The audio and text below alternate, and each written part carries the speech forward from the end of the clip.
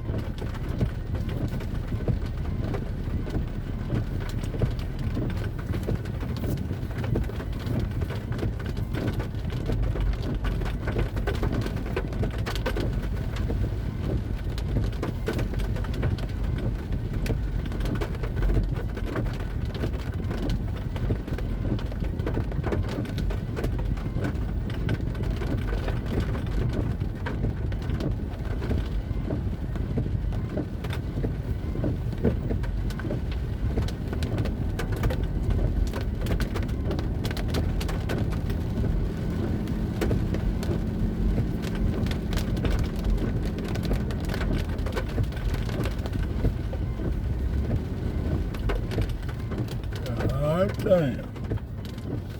I can't even see.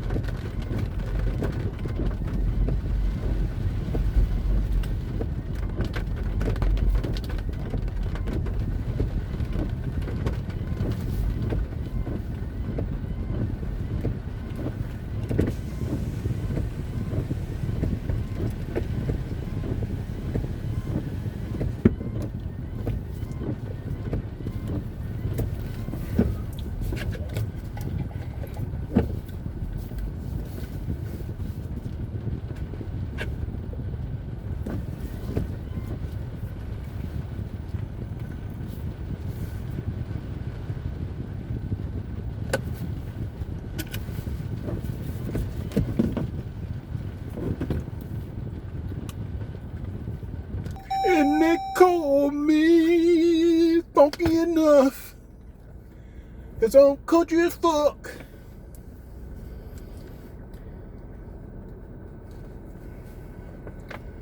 Dag nabbit.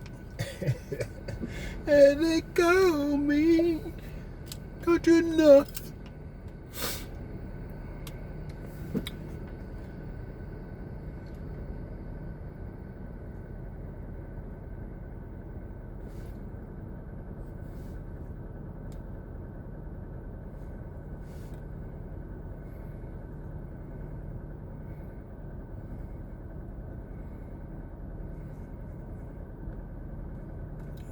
Press.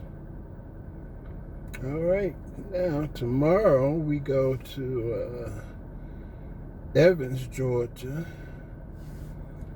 Let me go ahead and chat with Ahmed Bayoumi. Ahmed Bayoumi. Ahmed Bayoumi. Ahmed Bay Ahmed Ahmed Bayoumi. Save Ahmed.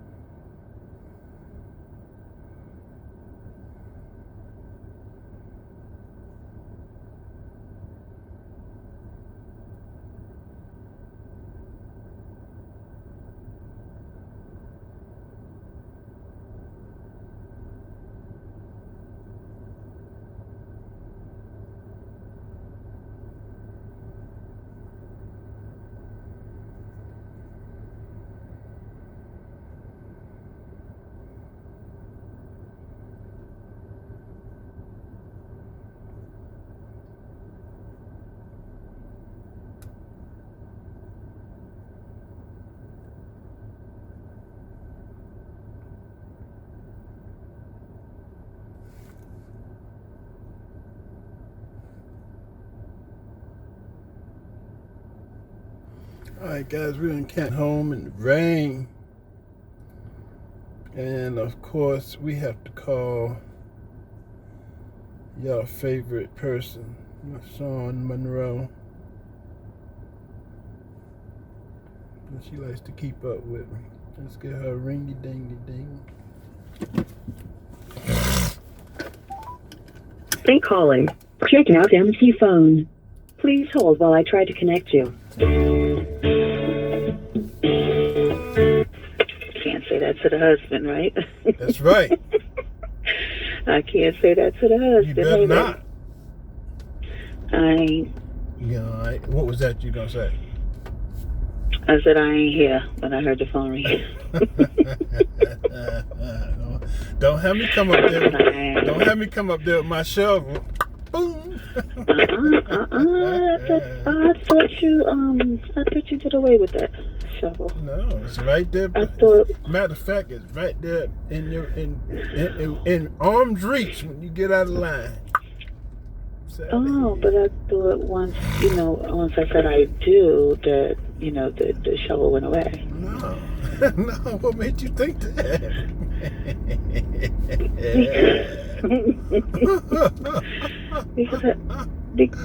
because we said I do. That so don't mean nothing. Girl, I am in the woods going up and down in the driveway. I mean, it's so high I can't see over the top. Now I'm going down. Ain't no guardrails. Yeah. I was just calling you to let you know I'm on my way home. I was going to stop at Publix and get a rotisserie chicken so I can make my pot pie. Okay. So you eat pot pie tonight, whether you like it or not. I don't know about all that. And you're going to sit there and eat it all till you can't go nowhere to eat all of it. I don't know about that, but I am. All right, that's right. I know that's all right. How's it going at work today? It's pretty busy, so I'm gonna have to call you back. Okay? Okay. I'm just checking and letting you know. Thank you. I appreciate that. I'm gonna call you back because I do want to talk to you about something. Oh God, no. Bye. Bye.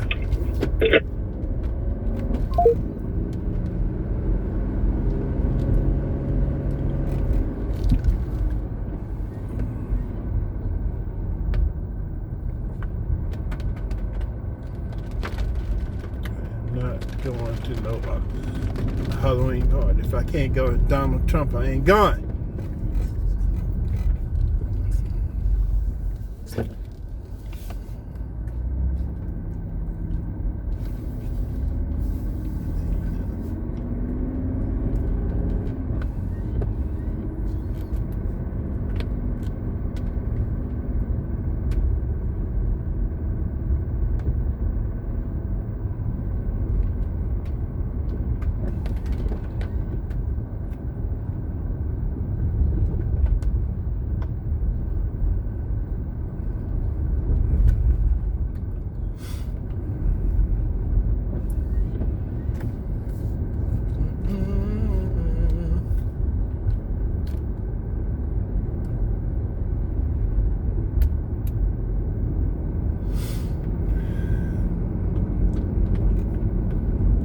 Left turn.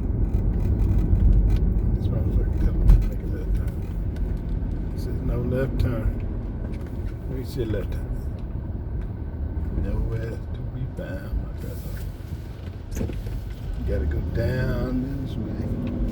Which way I'm headed? You headed northeast.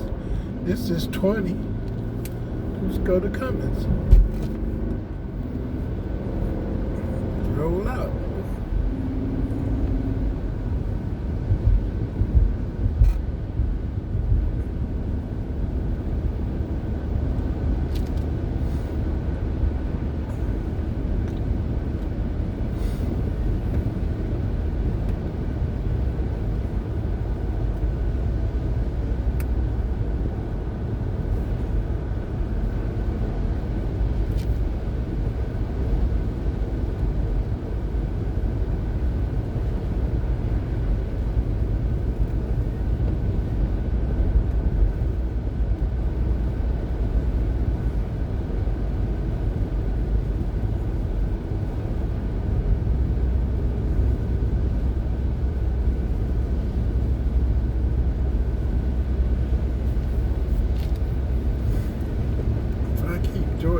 funny. Let's just go the route it's telling me to go.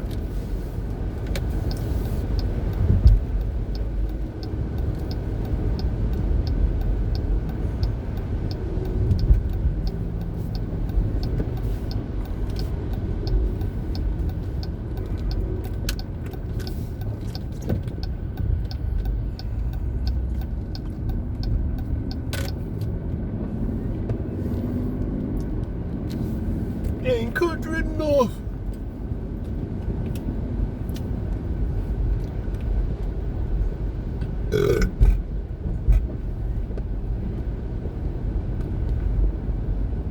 Action for organs. Now, somebody somewhere explain to me how that make any sense. Are you telling me that a white person on the table and a black person on the table, and because of affirmative action, the black person get the organs over the white person? Make it make sense. The Department of Health and Human Services announcing this week a major initiative to begin reforming the organ transplant system after an investigation revealed disturbing practices by a major organ procurement organization. The investigation examined hundreds of cases where organ donation was authorized but not completed. It found 73 cases in which a potential donor still showed signs of consciousness, and 28 instances when patients may not have been declared dead when organ procurement was initiated. I don't understand. Like, your organs don't have a race. Not unless we live in a silly world. So it shouldn't matter if you're a black and brown body. If you need the organ, that should be prioritized. Like, subscribe to the channel, hit the bell so you get notifications anytime I go live, make a video. Make sure you still subscribe to this channel, like this video, comment on this video, share this video. Let's get into this. I heard about this story and it blew my socks off. And so not only am I going to talk about the story, I had to bring somebody on to help me make this make sense when it comes to affirmative action for organ donations. Like, like, I don't understand. Like, your organs don't have a race. Not unless we live in a silly world. Last time I checked, your organs don't have a race. Maybe your skin, obviously the skin is considered an organ, but your organs that you need to transfer don't have a race. So it shouldn't matter if you're a black and brown body or not. If you need the organ, that should be prioritized. Now, let me tell you this. The American First League had to sue the Department of Health and Human Services, obviously under the Biden administration, because they're nutty. They had to sue them, and the lawsuit was filed on July the 1st, 2025. What they're alleging is that HHS did not disclose documents where they were promoting race-based equity policy when it comes to organ transfers. Like what kind of, and they FOIA requested it. So it's not that this was just some theology that Republicans have made up and then they filed in a lawsuit. Like, literally on August, I think it was around August 2023, they filed a FOIA request to say, show us the documents of you guys perpetuating this race and inclusion and ethnicity stuff in organ donations. The Biden administration, and they put this in documentation, so it's not me just making this up. It was in documentation. There was race and ethnicity as a factor in who received organ transplants. The AFL said that they violated federal law, which requires organ to be relocated by medical need and not race. Biden's executive order 13985 ordered all federal agencies to advance racial equity in their programs. And we have CMS and the HRSA issued internal memos that says equity and disparities, or at least they had a memorandum about equity and disparities in organ transplants, which is insane to me. And pretty much what the AFL is saying is that they're arguing that this is a part of DEI agenda and that we should be a colorblind healthcare system. And the funny thing is, if the white people were doing it to black people, they'd be mad. And when they do it in reverse, somehow it's fine. But if you don't believe me, I have a clip. Let's roll clip 1, because this is an actual news clipping of this actually happening. Roll the clip. And Katia, what does this mean for organ donors? Well, Andrew, it hopefully means more trust in the process. The Department of Health and Human Services is hoping to improve the organ transplant system. And if you have a donor symbol on your license, you're a part of that system. The Department of Health and Human Services announcing this week a major initiative to begin reforming the organ transplant system after an investigation revealed disturbing practices by a major organ procurement organization. The investigation examined hundreds of cases where organ donation was authorized but not completed. It found 73 cases in which a potential donor still showed signs of consciousness, and 28 instances when patients may not have been declared dead when organ procurement was initiated. House lawmakers holding a hearing on the issue Tuesday. Y'all, this has to be one of the craziest things that I've ever heard in my life, and I have to have an expert come in to talk about these things. Let me introduce Kim Bright, founder of Bright Core Nutrition. She's going to be here with me to discuss some of these topics because they're blowing my mind. Kim, welcome to the show. Well, hey, Officer Tatum, thanks for having me. Yeah, it is my pleasure. Can we start with discussing affirmative action in organ donation? Like, what is that all about? It's craziness from leftover stuff from the Biden administration where they were trying to use DEI and claim that, you know, the only right thing to do is not to base it on organ donation on the need for the person. Like if they really needed it, they needed it within a day or a week or whatever. You had to be a certain ethnicity or race in order to get it. And so this is crazy. Instead of a person that was in great need, he might be way down the line if his race wasn't correct. They wanted to move everybody up and leave the white people at the end. And so whether you needed it or not, it is nuts. So I think it should be based on need, don't you?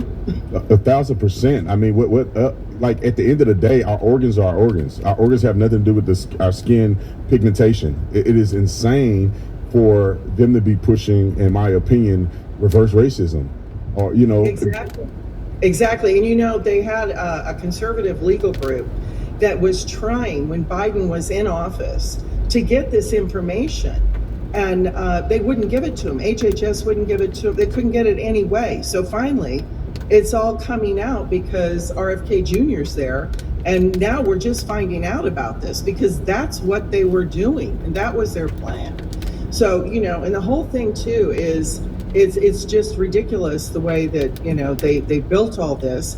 But now I want people to know that, you know, if you're going to donate your organs, you need to really understand that an opt-out organ donation is on its way out. So people that don't want to do this, you need to make sure that you get into the opt-out because you'll automatically be an organ donor unless you opt out. And then we're going to have a mandatory organ donation to follow, it looks like. And that's crazy.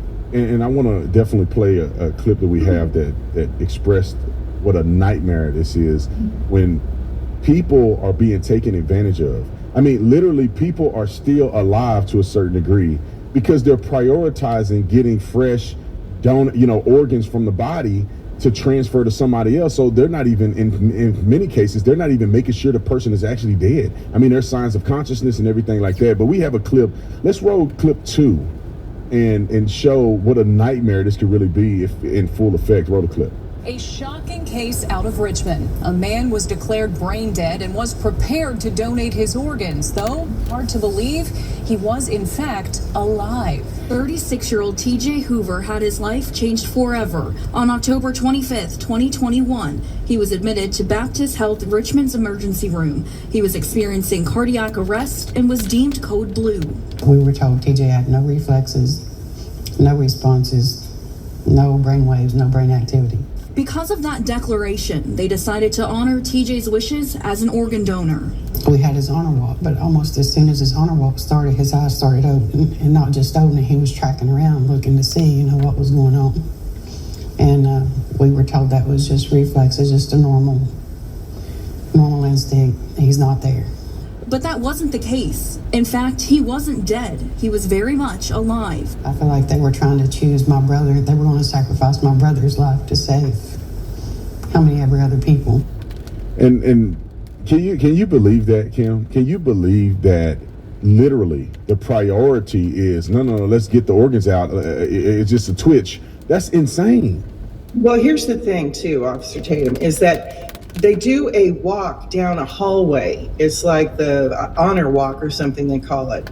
And right before they take him into surgery. And that's when this guy started opening his eyes because he was in overdose. He was in cardiac arrest from the overdose. So he woke up, but they were rolling him down there. And this isn't a solitary case. And they were trying to convince her and that no, this is just normal before we take their organs. Can you imagine if they hadn't insisted on it, that what would have happened to that guy? He's still here today with us, luckily. But it's not a solitary case. And there was a thorough investigation during the Biden administration showing that this happens all the time. And now RFK Jr. is going to reform that organ donation system after this federal investigation because it revealed so much disturbing practices. Crazy.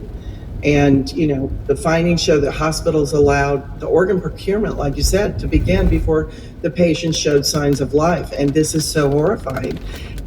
They had, out of 351 cases, more than 28 patients weren't even dead before the surgery began. So, discuss taking care of your organs, not for donation, but to live longer and healthier. Yeah, and I hope that people internalize that. I don't know, even if you want to be an organ donor type of person, and that's what you want to do, which is fine. You're an American, you can choose.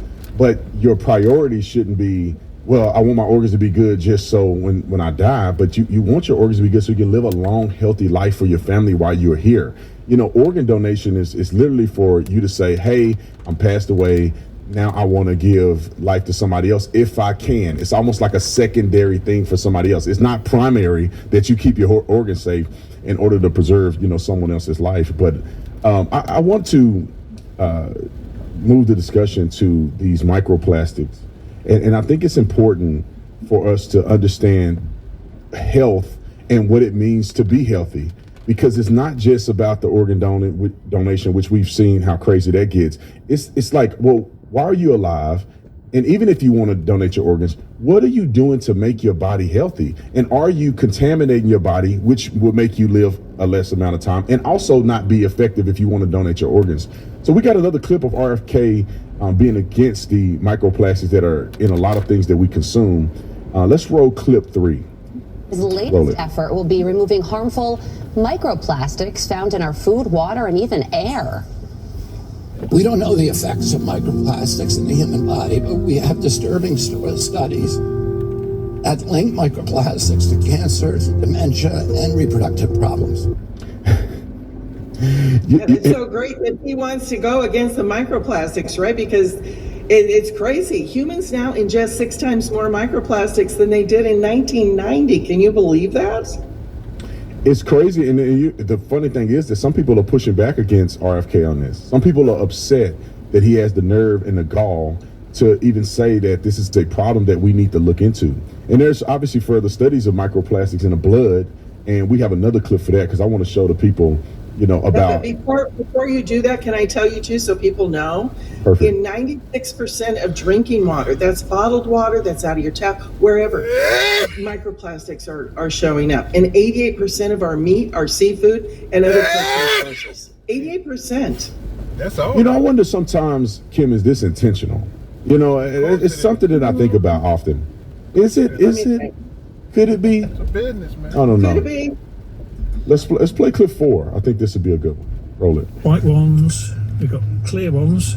Tons of microplastics wash ashore all over the world every day. And now for the first time, scientists in the Netherlands have detected microplastic pollution in human blood. All the microplastics and other plastics we are exposed to, we inhale and we ingest, that actually, there's so much plastic that it can even enter our bloodstream. The Dutch study on blood samples from healthy adults detected tiny plastic particles in 80% of people. That's 80% of people have these microplastics. Yes, and you know what? They actually have a name for this now. They're naming it plasticosis. Oh my goodness. How about that?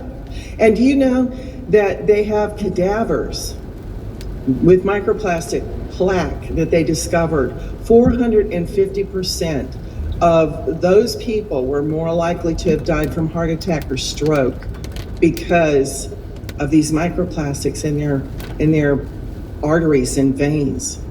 Crazy, huh? It's incredible. And then we got another article here about how the microplastics are in the brain, which is, I would almost argue that this is probably one of the most detrimental places for microplastics to be, because the brain is the engine that controls all of your body. You know, your involuntary actions, the heartbeat, a lot of those things that are involuntary, breathing, a lot of that has to do with your brain. And when the brain dies or the brain gets infected, I mean, it's going to affect your body in a tremendously negative way. That's right. And they're saying that you have 7 grams of plastic in our brain now. That's the size of like a heavy plastic spoon.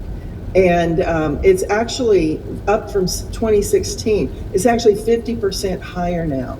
So our brains now are 99.5% brain and the rest is plastic. But what I want to say too, which is crazy, once these microplastics get into our body, they don't remove themselves. Microplastics are going to damage your DNA. They're going to increase your risk of cancer, screw up your hormone levels. I mean, there are guys that just, they don't have testosterone. It's just so low. It's reducing their muscle mass and bone density. They're just falling apart. And, you know, but the good news is there's something we can do to proactively rid ourselves of these dangerous microplastics. Yeah, and we got to talk more about that, because watching this and listening to this, I'm like, are we just doomed, or is there a way that we can mitigate this? Is there a way, you know, obviously RFK is doing his job by saying, look, we need to get rid of these microplastics in our food, our consumption, all of the above, and we need to recognize that it's happening. And I was, you know, one of the reasons why I brought you on, because I want you to explain to us, like, what can we do and what can be a solution to the freaking problem? Because, you know, everybody has a problem. Everybody can talk about the problem, but what can be a solution, Kim, to us mitigating, us having plastic in our brain and our blood system? Well, here's the thing. BPA is the most, you know, it's a known form of plastic, and it's there. But there's a traditional thing that is called Bacillus pumilus, and it's a unique strain of bacteria only found in kimchi. And BPA is degraded by this Bacillus pumilus. Kimchi is a centuries-old food from Korea, and there's a 2025 study that showed 2 other lactobacillus strains that were only found in kimchi that actually will absorb and excrete these microplastics from your body. That is a solution. These other 2 are Bacillus paracasei and Bacillus plantarum. And so this was so exciting to find this. And then this study was done within living bodies. So we know that it actually works. And kimchi is such a superfood, Officer Tatum. It's the #1 thing for your gut flora. It's got over 900 unique strains of beneficial bacteria. And you know, the whole thing you were talking about, the brain having the plastic in it. Well, guess where your health really starts is in your gut, and your sickness starts in your gut. And there's a connection with your gut and your brain, your gut and your skin. There's these communication lines. So the first thing that you want to make sure to clean up all the other areas, and also one to your heart, you want to clean your gut up. And so we've got a war that goes on in our gut between good guys and bad guys. This starts when we're born.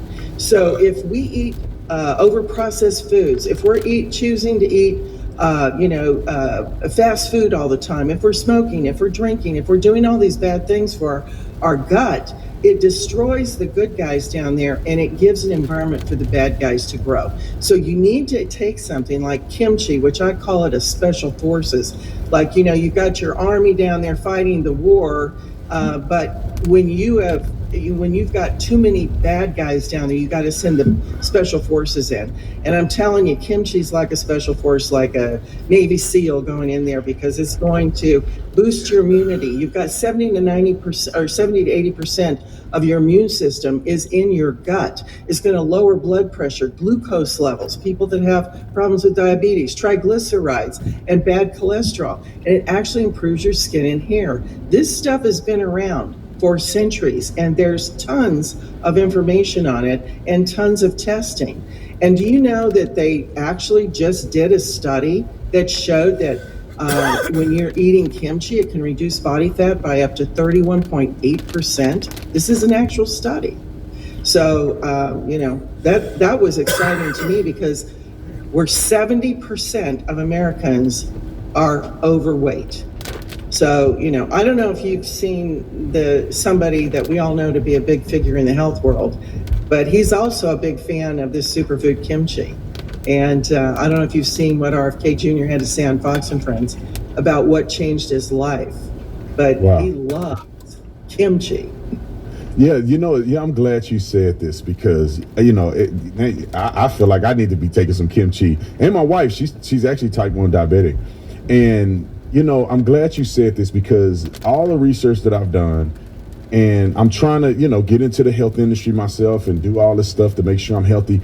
And the gut is so important. I think people don't understand it. They call it the second brain. It's like when you're having issues in your gut, and some people think they're tired or they're lethargic or there's something going on with their mind or they can't, process things. A lot of that is in the gut. But you mentioned RFK, and his thoughts about kimchi. I would think we got a clip. You guys got that clip of RFK? Okay, let's play the clip of RFK and what he said about kimchi because, this just bolsters the claim of how good kimchi is. Roll the clip. Mainly meat and then fermented vegetables, anything fermented. So a lot of kimchi and all kinds of fermented vegetables. And it's really, I would say it's dramatically changed my, everything. And the fact that, let me just say this, Kim, this is just my personal opinion. When I look at RFK workout routines, when I look at how healthy that dude is, and he's like in his 70s, isn't he? I think he's 60s or 70s. He's 71 years old, and he's crazy healthy, and I'm turning 71 soon. So, I've been eating kimchi for almost 50 years, but I think we should all aspire to keep ourselves as healthy as he is. And there's just something different about people who consume the kimchi, and so we can see it in him. I mean, he's got a six-pack. He's got a six-pack. I think we got a clip of him. Working out. Hold on. Before we play this clip, I'm kind of embarrassed a little bit because I'm 38 years old and I don't look that good. I'm just keeping it real. I mean, the guy next to him has to be probably in his 30s or 40s. I mean, he's 71 years old. Play the clip real quick. I want the people to see this because I think he's actually doing some workouts in this clip. 71.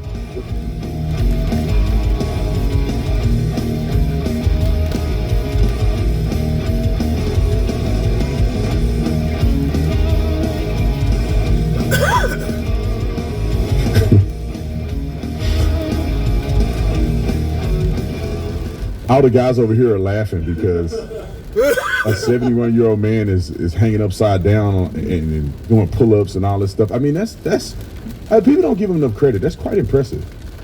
It's quite impressive. And do you know they've done tests where they introduced kimchi into human cells and test tubes, and it actually slows the aging of the cells. So you know what? Even if you're older than 71, it's never too late to start something that's going to help you age healthier. Or if you're young like you, Officer Tatum, do what you need to do now to continue living a healthy life. And kimchi, it should be a part of it every day. I mean, we are living in a world that's trying to kill us, whether on purpose or it's just developed that way. I tend to agree with you. I think we got some intentional people doing some intentional things, but there's poison in our air, our food, our soil, our medications that we're being told to take.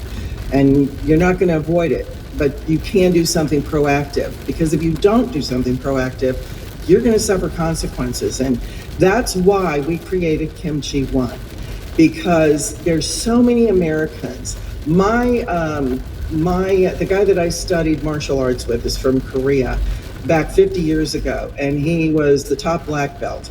And he introduced me to kimchi when he took me to his home, and his mother and his mother-in-law and his wife made it. And I about fell off the chair because the smell of it is so weird. It's so different than what we grew up with. So I was, mannerly and ate it, but then all of a sudden my body just loved it and I couldn't get enough of it. But most people that I've tried to introduce it to like that are like, oh my God, I can't eat this stuff. I can't smell it. So we came up with a way to make it convenient. Put it in a capsule so you don't have to taste it. You don't have the odor. You don't have the mess. People that are on low sodium diets, this is great for because kimchi, in order to ferment, it takes a lot of salt. So we've been able to take the salt out, unlike, homemade or store-bought kimchi. But we have helped so many people with their digestion, their regularity. They're not bloated anymore. They say they're not constipated. They don't have gas coming out both ends. They go out in public now, and they used to stay home a lot more because they'd eat something and then, here comes the gas. But also that people are telling us too, their immunity. People that used to get sick all the time, they don't get sick anymore. Again, 70-80% of that immunity is in your gut. They have energy again. They don't have chronic fatigue. They're active and living life to its fullest. Their skin's glowing. They look younger than they have in years. Their hair's growing back. I mean, I'm 71, so this is all my natural hair. This is not any of those, things that they, put into the people's hair now because their hair is falling out or it's thinning. But people are just feeling better and experiencing overall better health. That is amazing. I'm gonna have to get some of this kimchi. I'm gonna have to try it. I'm gonna have to give it to my wife. I'm gonna have everybody here doing some kimchi because we need to live.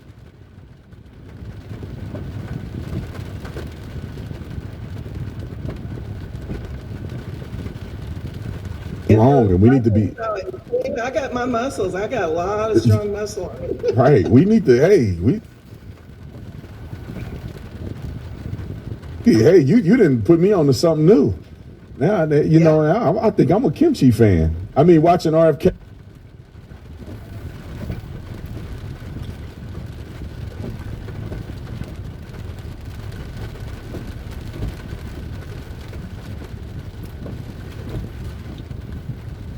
And listen to the benefits and all the stuff we talked about earlier about, all the plastics in our blood and our brain. And, thank you so much, Kim, for coming on and kind of addressing some of these issues and letting us know about this kimchi thing. I'm gonna have to get some of this stuff. It was really a terrible mistake that was made. When you think of it, so much of our time is spent on that subject, and it's a big subject because there's probably 20 or 25 million people that for any visa guarantees after that immigration raid. No, but I feel I was very much opposed. Look, when they come in and they're making very complex machinery, equipment, things, they're going to have to bring some people in, at least at the initial phase.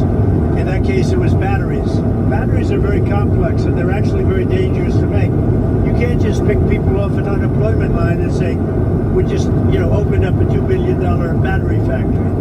So we've got an understanding. And this is with the world. By the way, this is not just with South Korea. This is when they come into our country. We have a lot of factories being built by foreign interests. When they come in, some of these factories make very, very complex, very highly sophisticated equipment. They've got to bring people in with them for a period of time. They'll teach our people how to do it, but even for a fairly long period of time, they're going to need expertise to be successful. And we're going to let people know, I'm letting them know right now, that when they come into our country, we can expect to see them bring in with them some very talented people that have been doing it for many years.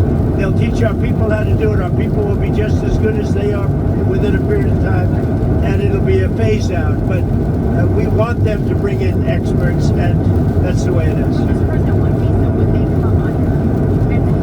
We're going to have that set. We're doing a whole new plan for that. But what you can't expect, let's say they come in, for instance, we have massive number of chip companies, in particular one, the biggest by far, the biggest in the world, coming in. You can't expect them to make unbelievably complex chips and computers and other things and pick people off the unemployment line that haven't worked in 5 years. But we're going to, so I want them to come in with talented people, and they're going to, it'll be a phase out, a slow phase out. Did I hear you right when you said you were opposed to the way that raid in Georgia was handled? I was opposed to getting them out. And in fact, before they got out, they were pretty well set. But before they got out, I said they could say they went, they left, and they're going to be coming back. Can you see the results from the Argentina election? It looks like the next party. Wow, what a great question that is. I love that question because that was a big win in Argentina. I want to congratulate the victor, and he was a big victor, and he had a lot of help from us. He had a lot of help. I gave him an endorsement, very strong endorsement, and it was really unexpected to have a victory of that. Some people thought it would be hard to win, and not only did he won by a lot. So Argentina, that was a great thing, and I give Scott and I give Jameis and everybody, Marco, a lot of credit for that because, you know, we are sticking with a lot of the countries in South America. We're focused very much on South America, and we're getting a real strong handle on South America in a lot of ways, including the fact that we don't want their drugs. We don't want drugs coming into our country, and you're seeing that. You had suggested that you might not proceed maybe with the swaps plan or with the changes to beef purchases, depending on the result of that. Well, we'll see. We'll see. We're going to take care of, look, we're going to take care of our ranchers one way. That we have two situations. The ranchers for 35 years have done very poorly. The cattle people, they've done very, very poorly. And now they're doing well, but the price is up. So what I can see happening is we're going to take some beef because I have to get the price down. I want to get, most prices are down. If you look at energy and all the, I have things down, but beef is high. And the cattle ranchers are doing good. They backed me from day one. What we're going to do is we're going to make sure that they don't get hurt, but we have to also make sure that I get the prices down. I want to get the prices down like I did with eggs, like I did with lots of others. We had a couple of them where when I first took over, eggs were double and quadruple what they were. That was Biden's fault. A lot of this is Biden's fault too.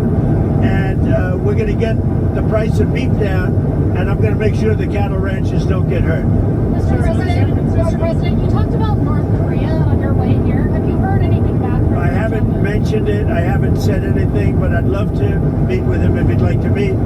I got along great with Kim Jong-un. I liked him. He liked me.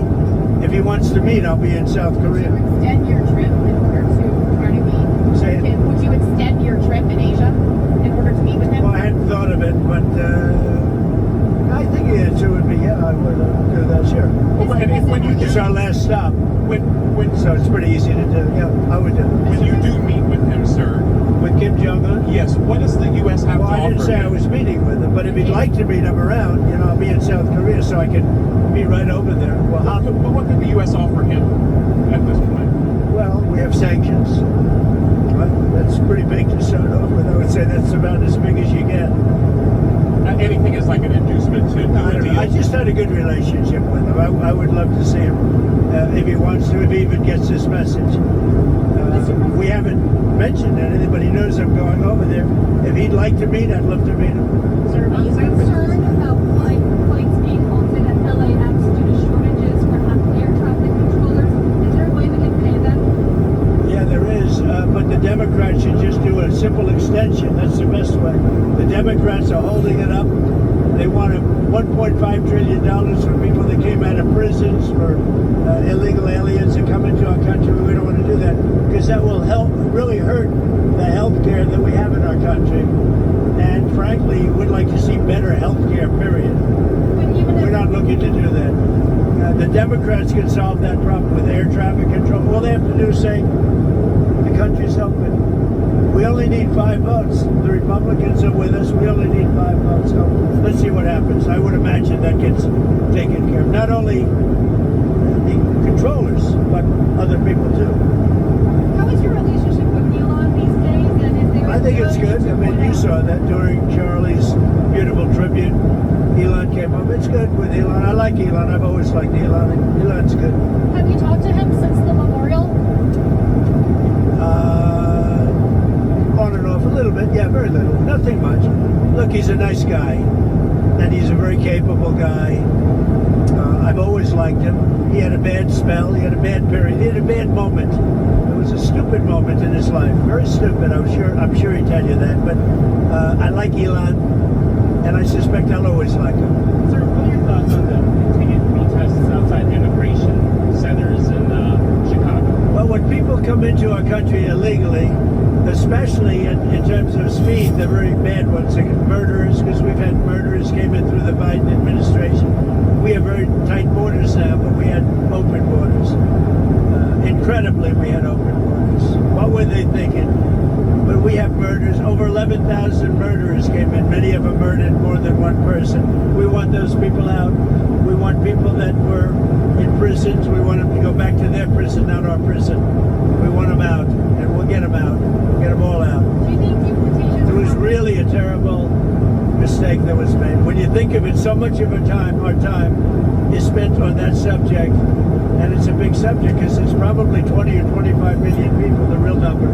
And of the 25 million people, it's, millions of people should not be here. Now, all of them shouldn't be here if they came in illegally, but we have to get the criminals out. Washington, D.C. is doing great. Memphis is starting to do great. We just started there 2 weeks ago. Any place we touch is going to do well. If I were a governor, I'd say, please get your people in, whether it's National Guard or the military. Get them in. And as you know, we've been winning those cases. Is there a deadline for San Francisco to get their crime rates down? Yeah, I mean, I'd like to do it, but, I have a lot of very important people that are really into San Francisco that are really trying to do it themselves. I said, we can do it better because we have a strong group, a tough group, a group that has powers that other people don't have. Locally, you don't have the powers that the federal government has. We can do a better job of it, faster. But I listened to a few of the people, Jensen, who's fantastic, from NVIDIA, as you know, and Mark from Time Magazine, among a lot of other things, right? He's a good man. And they would love to give it a shot. And I say, go ahead, do it. And I would have done that with Chicago, but Chicago is very far along the way. We have to do something with that. If I have a lot of friends influential in Chicago, if they call me, maybe I do the same thing, but we have to save Chicago immediately. We can do that pretty easily, but we have to get in quickly. Can I go back to Argentina quickly? Yeah. What do you think the state of the fiscal situation is there now? Do you think you'll have to do another? Well, we have the all-time expert right here. I think right now we've made a lot of money based on that election because the bonds have gone up, the whole debt rating has gone up. That election made a lot of money for the United States. Now, we're not in that for money per se, but if you look at the value of the bonds, the debt, Scott, you can go ahead. Yeah, I think the great victory in this election, President Milei, I think he is going to expand his coalition, and they have some big refinancings next year. But the Argentinian people have spoken, President Trump, that they know that the U.S. is their ally thanks to President Trump. We're behind them, and that they're going to be able to fix their fiscal and keep on the road. He's working against 100 years of bad policies, and he's going to break them thanks to the support for the United States. And we're helping other South American countries also, as you know. Will they need more support, or would you consider it if they need it? They might. Yeah, we would consider it. I think there'll be a good show. Yeah, we think the market's going to do it from here now that he's gotten over this. As I always said, this was a bridge. We've bridged it. Thanks to President Trump's support, he did better than anyone ever expected. The Peronis said it wasn't a fair election because we were running against Donald Trump too. And now I think the market is going to take care of itself, and it's going to have a lot of confidence in his policies and the way forward. The polls were very wrong on that election. I mean, the polls really got it wrong. That was an election they said was going to be lost, and not only was it won, but it was won by a lot.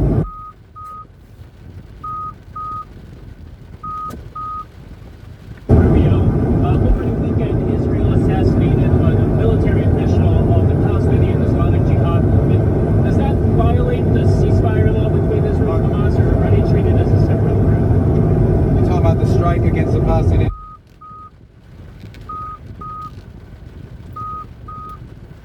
Ceasefire is based on obligations on both sides. By the way, we'd also like to see Hamas speed up the return of hostage bodies. We still have 13 hostages, 2 Americans included. But we don't view that as a violation of the ceasefire. They have a right. There's an imminent threat to Israel, and all the mediators agree with that. How transparent is the Trump administration? You got Scott, you got Jameson, you got Marco. We're not saying you please don't ask this question. You can ask anything you want. There's never been anything like this. Do you agree with that? Well, I just wanted to add a clarifying question from my earlier thing. You said 5 Fed candidates. That's Waller, Hassett, Warsh, Ryder, and Bowman, right? Reader, and Bowman. Sorry, thank you. But I was surprised 5 and you. That I'm surprised 6 occasionally with Secretary Bessent. He likes what he's doing too. I don't think you couldn't pull him out of there no matter what. It's like Caroline. How's Caroline doing? Good? Would you say she's doing good or just okay? I think she's doing. She's been very gracious. She's doing very good. Yes, without her, we wouldn't be here right now. She's doing great. When do you think you'll make a decision on the last Fed? I'd say maybe by the end of the year. Yeah, before Christmas, right around. I think by the end of the year, early next year, but by the end of the year. We want to get too late out as soon as possible. We want to be too early with too late. Sir, Steve Bannon said in a recent interview that there could be plans for you to be able to run and potentially win a third term in 2028. Is that something you'd be willing to challenge the board to be? Well, I haven't really thought about it. We have some very good people, as you know, but I have the best poll numbers I've ever had. I mean, I just solved 8 wars and a 9th is coming. I believe Russia, Ukraine will happen. But we just did, we just left, and when you look at the treaty we just did, that was a war that was thousands of people were already shot at the border. And when you look at what we just did, it was pretty amazing. Pretty amazing. We got a lot of good credit, and I really have to thank Malaysia for that, because they really, the Prime Minister and everybody really helped get the 2 countries together. But it was quite a great peace treaty. But that was one of 8, and makes me feel good. I mean, it's millions of people that we saved. I saved the lives of millions of people. That's what's important. Yeah. We are good people. Well, we have great people. Well, I don't have to get into that, but we have one of them standing right here. We have JD, obviously. The Vice President is great. I think Marco's great. I think, I'm not sure if anybody would run against us. I think if they ever formed a group, it would be unstoppable. I really do. I believe that. I would love to do it. I have my best numbers ever. It's very terrible. I have my best numbers. If you read it, am I not ruling it out? You'll have to tell me. All I can tell you is that we have a great group of people, which they don't. They have Jasmine Crockett, a low IQ person. They have AOC's low IQ. You give her an IQ test. Have her pass like the exams that I decided to take when I was at Walter Reed. I took very hard. They're really aptitude tests, I guess, in a certain way, but they're cognitive tests. Let AOC go against Trump. Let Jasmine go against Trump. I don't think Jasmine, the first couple of questions are easy. A tiger, an elephant, a giraffe, When you get up to about 5 or 6, and then when you get up to 10 and 20 and 25, they couldn't come close to answering any of those questions. Did you read out Walter Reed mentioned advanced medical imaging? Did you get an MRI? Can you tell us what I did. I got an MRI. It was perfect. Yeah. I mean, I gave you the full results. We had an MRI, and in the machine, the whole thing, and it was perfect. Yeah. Did you say what in particular?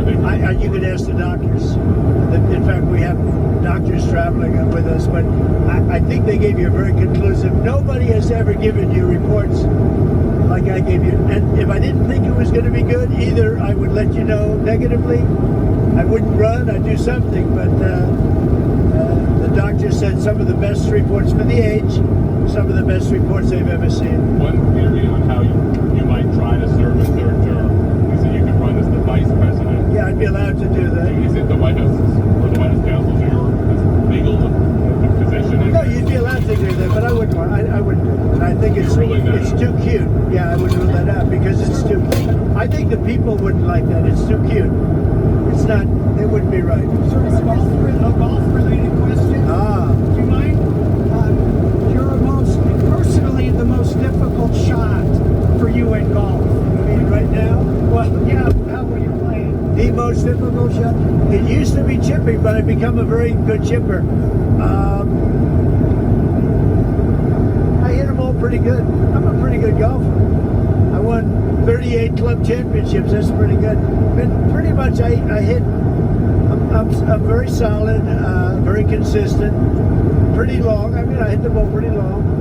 I play with Gary Player. You know, Gary's 90, and he shot 70 with me the last time we played, which is pretty amazing from 6,800. Putting's pretty good, yeah. Putting's used to be, I'd say putting used to be the best, but I'd say putting is pretty good. Sir, could I ask just one more trade question? There were some tweaks to the Vietnam deal where they're going to have some zero tariff items that can come into the United States. Yeah. Why was that change made? I don't know. That's just there's a handful of things like coffee, etc. The type of stuff we don't make in the United States or grow, like climatologically we can't. So it makes sense if people are going to do a deal with us, we'll give them a good deal there. But overall, 20% on Vietnam. And we want to get coffee down a little bit. So just to clarify, technically that was stuff that was at 20 and now will be brought to zero. Well, it's just brought to whatever congressional level of tariff there is, right? I mean, this is, you know, we have a huge deficit with Vietnam, and so they've taken down all their tariffs to zero on everything. All gone. All the non-tariff barriers are gone. They're going to accept all our autos, all our standards, all of that. We have 20%. Which, by the way, people said impossible to get. They did say impossible. They're all gone. Yep. And so we just have a few items like that that we can't grow or extract from the ground in the United States. Certain spices, right, that don't grow in America, that kind of thing. How worried are you still about the risk of transshipment through Vietnam? Yeah, so part of the deal, they've agreed to a duty evasion agreement with us, and if we catch them doing it, we can charge an additional 40%, right? On top of the 20? That's right, yeah. And that's an executive order that's already in place. So, yeah. You guys have a very interesting couple of days. We have Japan, and then we have South Korea, but we have China coming, and it's going to be very interesting. I have a lot of respect for President Xi, and we are going to, I think we're going to come away with a deal, but I really feel good. Our country is doing so well economically. It's doing so incredibly well. The Democrats should let it open. I guess they don't do that because it's doing so well. It's too bad, but on the macro scale, it's not having that kind of an effect. We just want people to get paid. We think it's very unfair. And how about the man that put up $130 million to make sure our military got paid? You won't tell us? I won't tell you, but this is a person that called me that said, sir, I'd like to make a contribution of any difference needed for the United States military. I said, I don't know, that could be a big number. And we worked it out. It was about $130 million. And he wrote a check for $130 million because he's an unbelievable patriot. And that's what it's all about. So we're going to have a good time over the next 2 days. Get a little rest. Stewart is spelled A-R-T-E-S-H-A. Stewart is T-E-W-A-R-T. And how old are you, Stuart? I'm 27. Have you always lived in Memphis? Yes. And where do you work? I'm working at FedEx right now. About how long have you worked at FedEx? On and off, roughly, I want to say since I was 19. And do you have any children? Yes. How many? 1. And what's your child's name? Aaliyah. And how old is she? 4. I want to take you back to 2021. Where were you living at that time? Living with my mom. And where was that? In Memphis. I'm sorry? In Memphis. Okay. And what was your street address? 5061 Stacy Road. I'm going to show you what has previously been entered as Exhibit 67.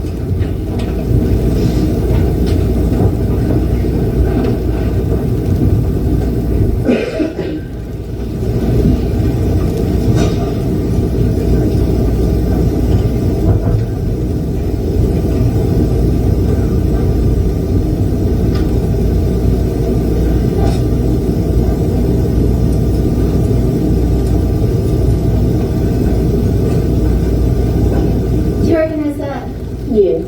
And what is that a picture of? My house. Now, where were you working back in 2021? FedEx. And did you meet someone by the name of Brandon Isabel? Yes. Did he also work at FedEx? Yes. Do you see him in the courtroom today? Yes. Would you please point to and describe something he's wearing? With a black and blue shirt and black tie. Judge, I would ask that the record reflect that the witness has identified the defendant. Thank you. You may be seated.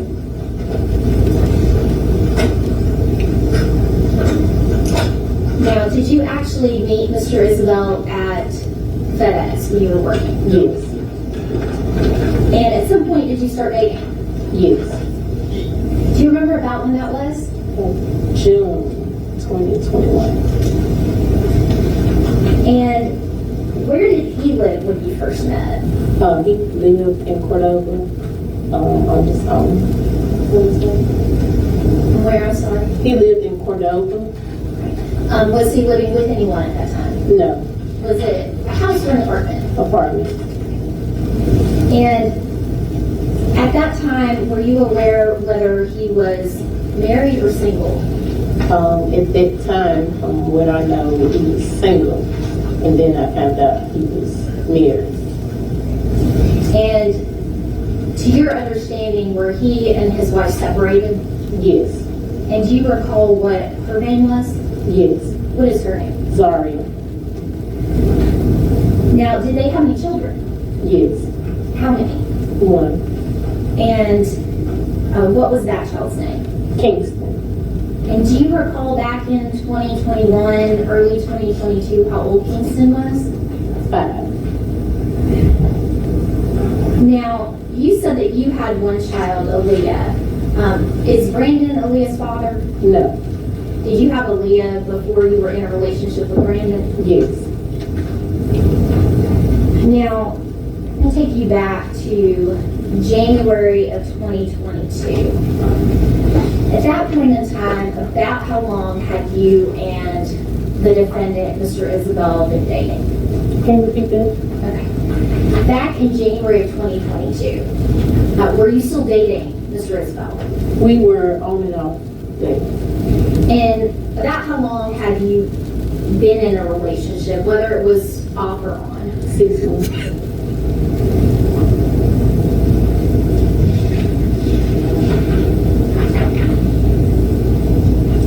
And at that point in time, had he moved to a different place? Yes.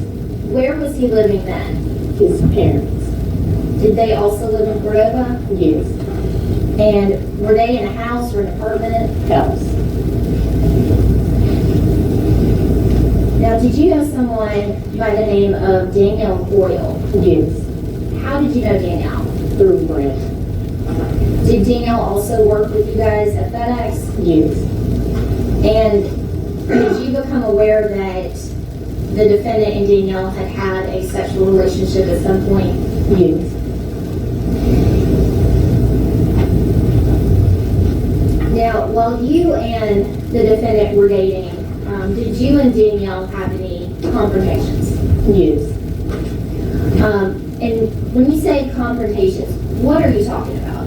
More so of a he say, she say confrontation type thing. Are we talking physical confrontations? No. Are we talking verbal confrontations? Yes. Did those happen face to face? No. How would those happen? Through, like, someone would say something, bring it back to me. She would say, I would say something, then bring it back to her.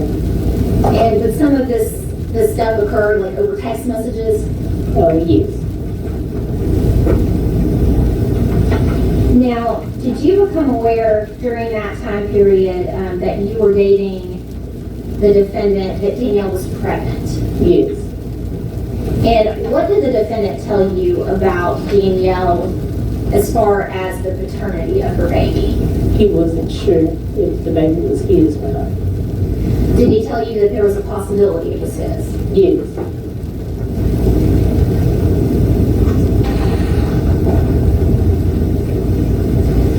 So I want to go to mid-January of 2022. What was the status of your relationship with the defendant? We were broken up. Is that something that had occurred multiple times in your relationship? Yes. Breaking up and getting back together? Yes. Was it sort of a constant of your relationship? Yes.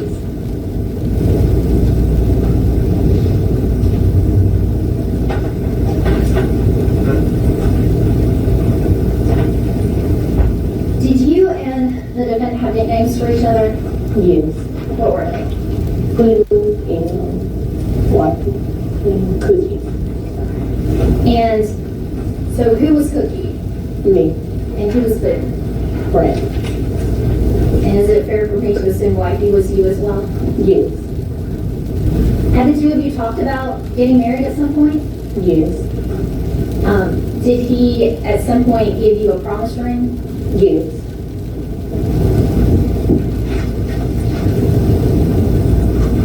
Now, in late January, how far along was Danielle in her pregnancy? About the year of birth in January. Okay. And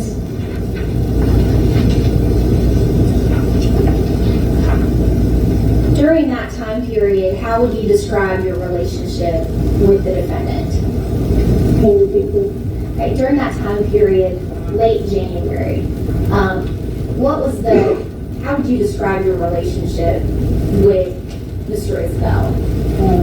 Was everything great? Were you guys still doing your breakup, get back together? Just describe for the jury what the status was. Yeah, breaking up and getting back together. Is it fair to say it was a little rocky? Yes. And during that time period, did you start seeing other guys? Yes. Did the defendant find out about that? Yes.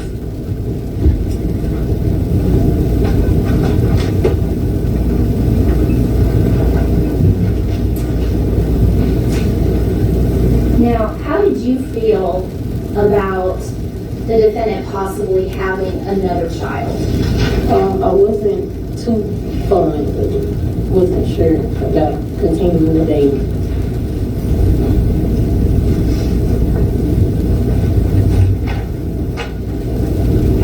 And did you express that to him? Yes. Did the two of you text pretty frequently? Yes. What was your phone number at that time? It was 901-896-5848. Now I want to take you to the early morning of January 31st of 2022. Were you and the defendant texting with each other? Yes. What was going on in those early morning hours? I want to say he was with Danielle and I was at home and pretty much talked that morning after he was at the hospital.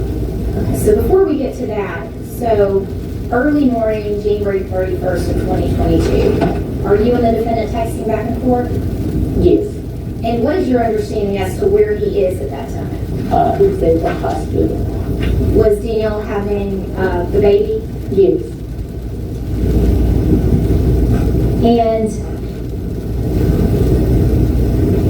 what was the tone of your text messages at that point?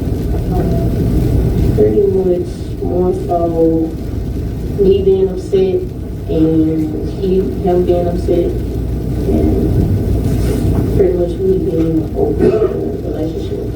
I'm sorry, I'm having a little bit of trouble hearing her. If you could just ask her to keep her voice up. Keep your voice up. Thank you. Thank you. Could you repeat what you just said? That last sentence? The last sentence? Pretty much over the relationship. Now,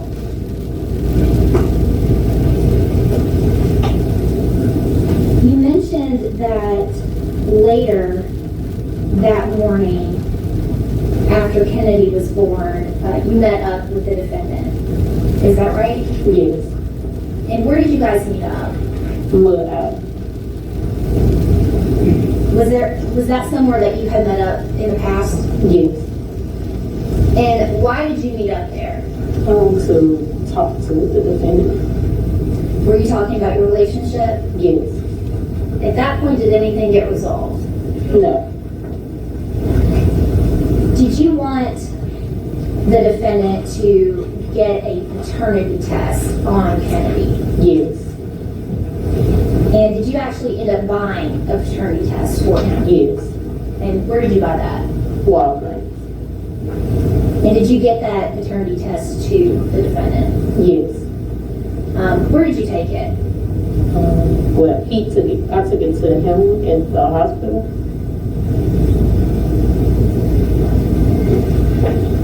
Now, I'm going to take you to the night of February 1st of 2022. Where were you at the beginning of that evening? At the beginning of that evening, I was at home. And is that at the Stacy Roadhouse? Yes. And what were you doing? Pretty much just planning my daughter's birthday, my birthday, just at home. Now, at the beginning of the evening, did you have Aaliyah? Yes. Did you keep her the whole night? No. Where did she go? With her father. Did he come pick her up? Yes. And later that night, did you end up going out? Yes.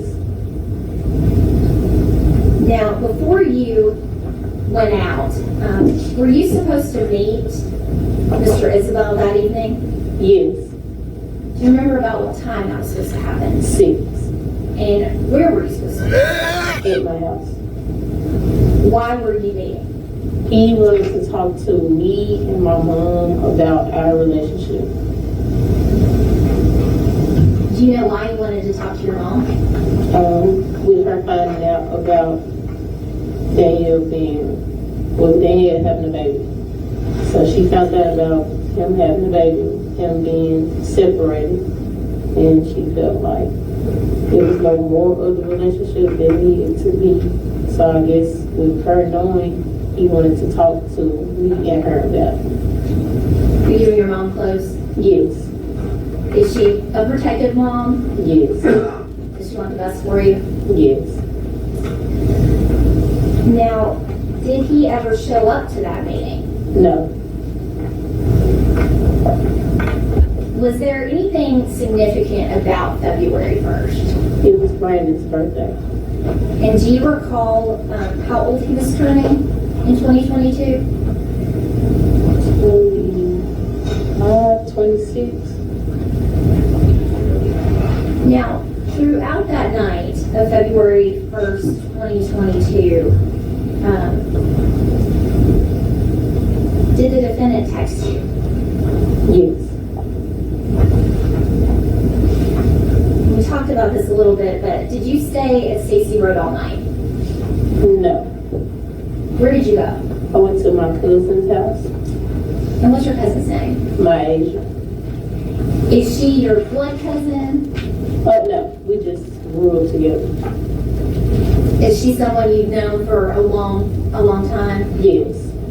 And was it early evening that you went to see Myasia or later? Do you remember? Late evening, I want to say around 10 o'clock.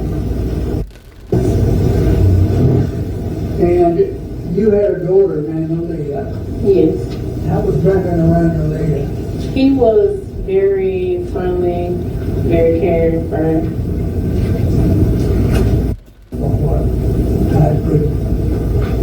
Wasn't sure. Wasn't sure about the relationship. What should we do about it? Make it work, whether or not you were willing to give into this? It was a big commitment, wasn't it? Yes. But apologizing for some of the times that you back away. And it was just a tough situation, wasn't it? Yes.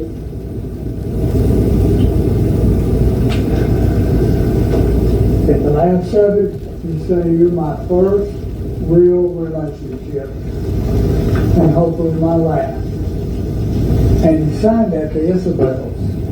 Yes. That was because you wanted to be a wife. Yes.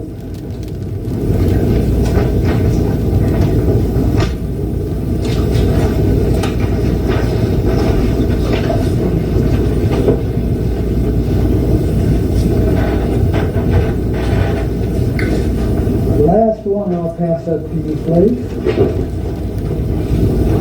the January 31st is that.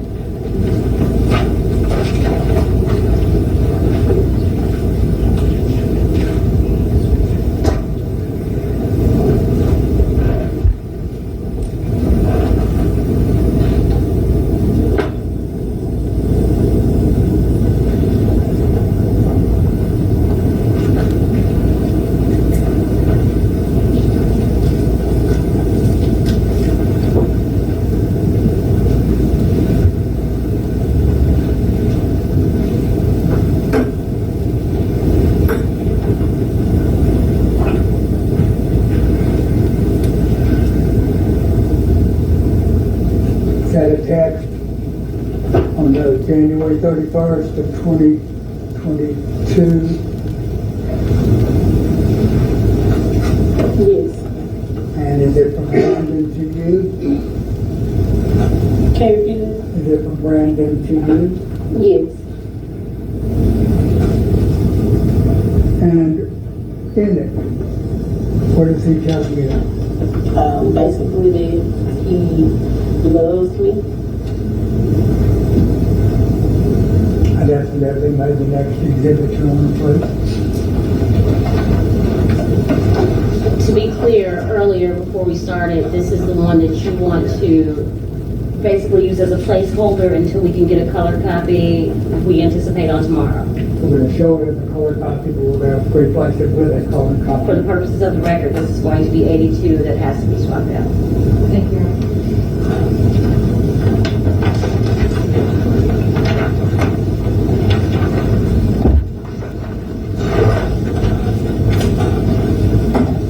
Is that, can we have a number to give it for it? 82?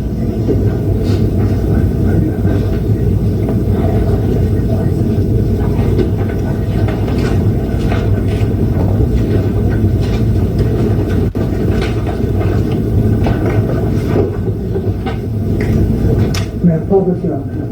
It's published, Mr. Bass. Anybody get a bit?